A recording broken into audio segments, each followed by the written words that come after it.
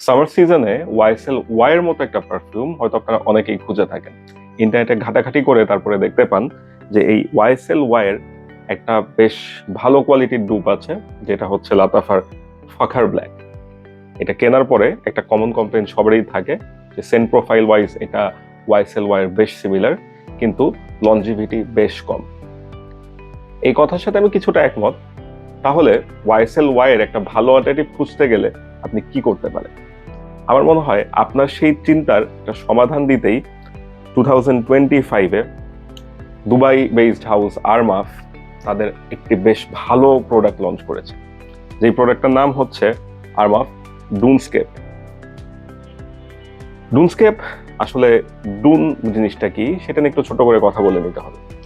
Dune হচ্ছে সাধারণত মরুভূমি কিংবা সমুদ্র তীরের কোনো একটা ফাঁকা স্থানে বালুর কারণে এক জায়গা থেকে আরেক জায়গায় একটা ঢিপির মতো সৃষ্টি হয়।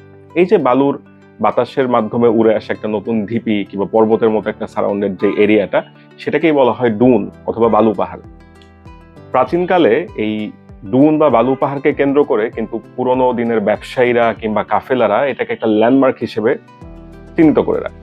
আবার অনেক সময় এই ডুন সৃষ্টি হয়ে কিন্তু অনেক শহরও তলিয়ে গিয়েছে ইতিহাসের অতল গহ্বরে। তো আরমাফ হাউসটাকে আমরা কম বেশি সবাই চিনি। ক্রিড অ্যাভেন্টাস যে ওয়ার্ল্ড ওয়াইড একটা বিখ্যাত পারফিউম ছিল, সেটার খুবই ক্লোজেস্ট একটা dupe Club de with Intense Man বের করার পরে আরমাফ পুরো পৃথিবীতে একটা ভালো লাইমলাইটে চলে আসে। এবং আরমাফের অনেক পারফিউম থাকার পরেও হাইপ পারফিউম কিন্তু হাতে গোনা খুব বেশি একটা পাওয়া যাবে না।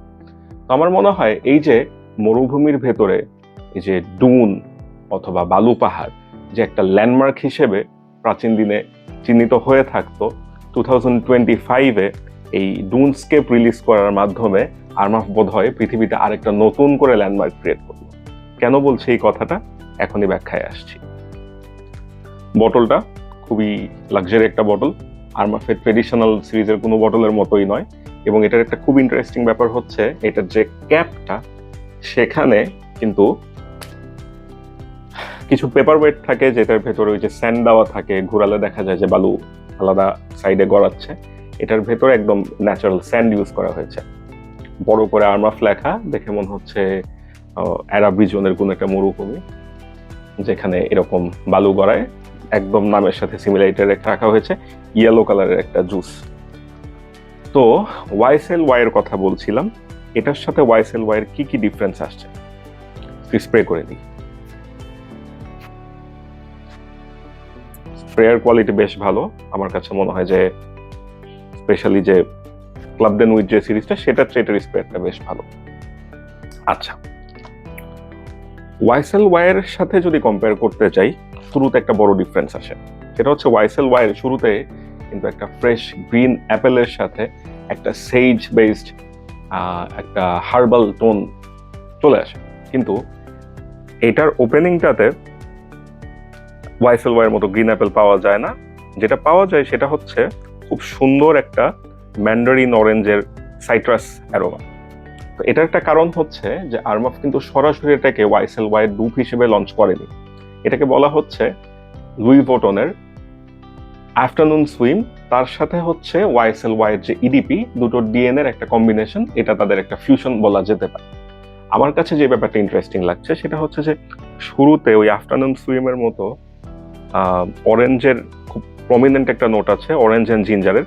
অ্যান্ড এটা কি হয় যে একটু পরে যখন এটা একটু সেটেল ডাউন হয়ে যায়, ওয়াইসেল ওয়াইয়ের যে ওপেনিং নোটটা, ওই যে ফ্রেশ গ্রিন ক্রিস্পি একটা অ্যাপেল নোট, তার সাথে হচ্ছে সেইজ আর একটু স্পাইসের একটা ছোটখাটো কিক, এই পুরো ব্যাপারটা কিন্তু ড্রাই ডাউনের পরে বেশ ভালোভাবে প্রমিনেন্ট হয়ে ওঠে।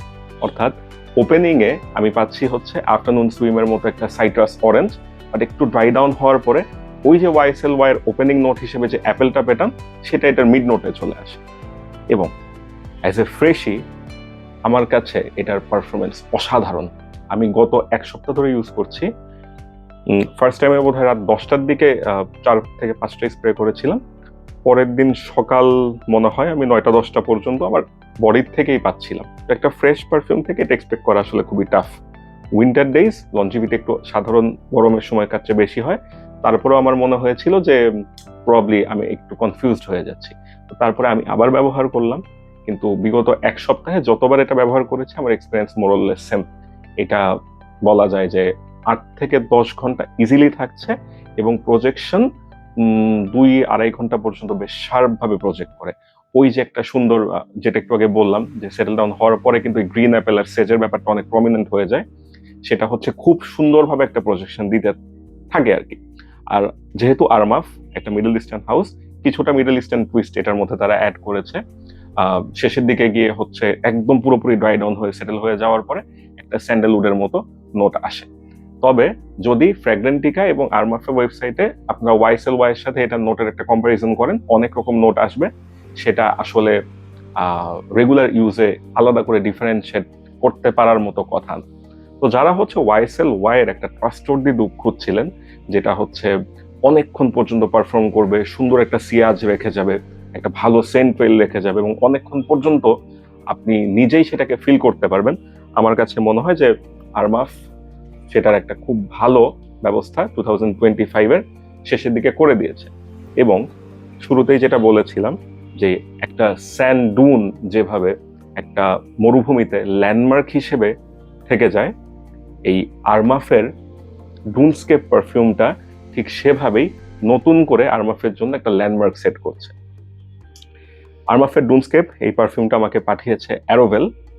অ্যারোভেলে চাইলে এটার ডিক্যান্ট অর্ডার করতে পারবেন, এবং আমার কাছে মনে হয় সামনে কিছুদিন পরে আবার সামার সিজন আসছে, সামার সিজনে ইউজ করার জন্য এটা খুবই খুবই খুবই ভালো একটা সিগনেচার পারফিউম হতে পারে। ধন্যবাদ।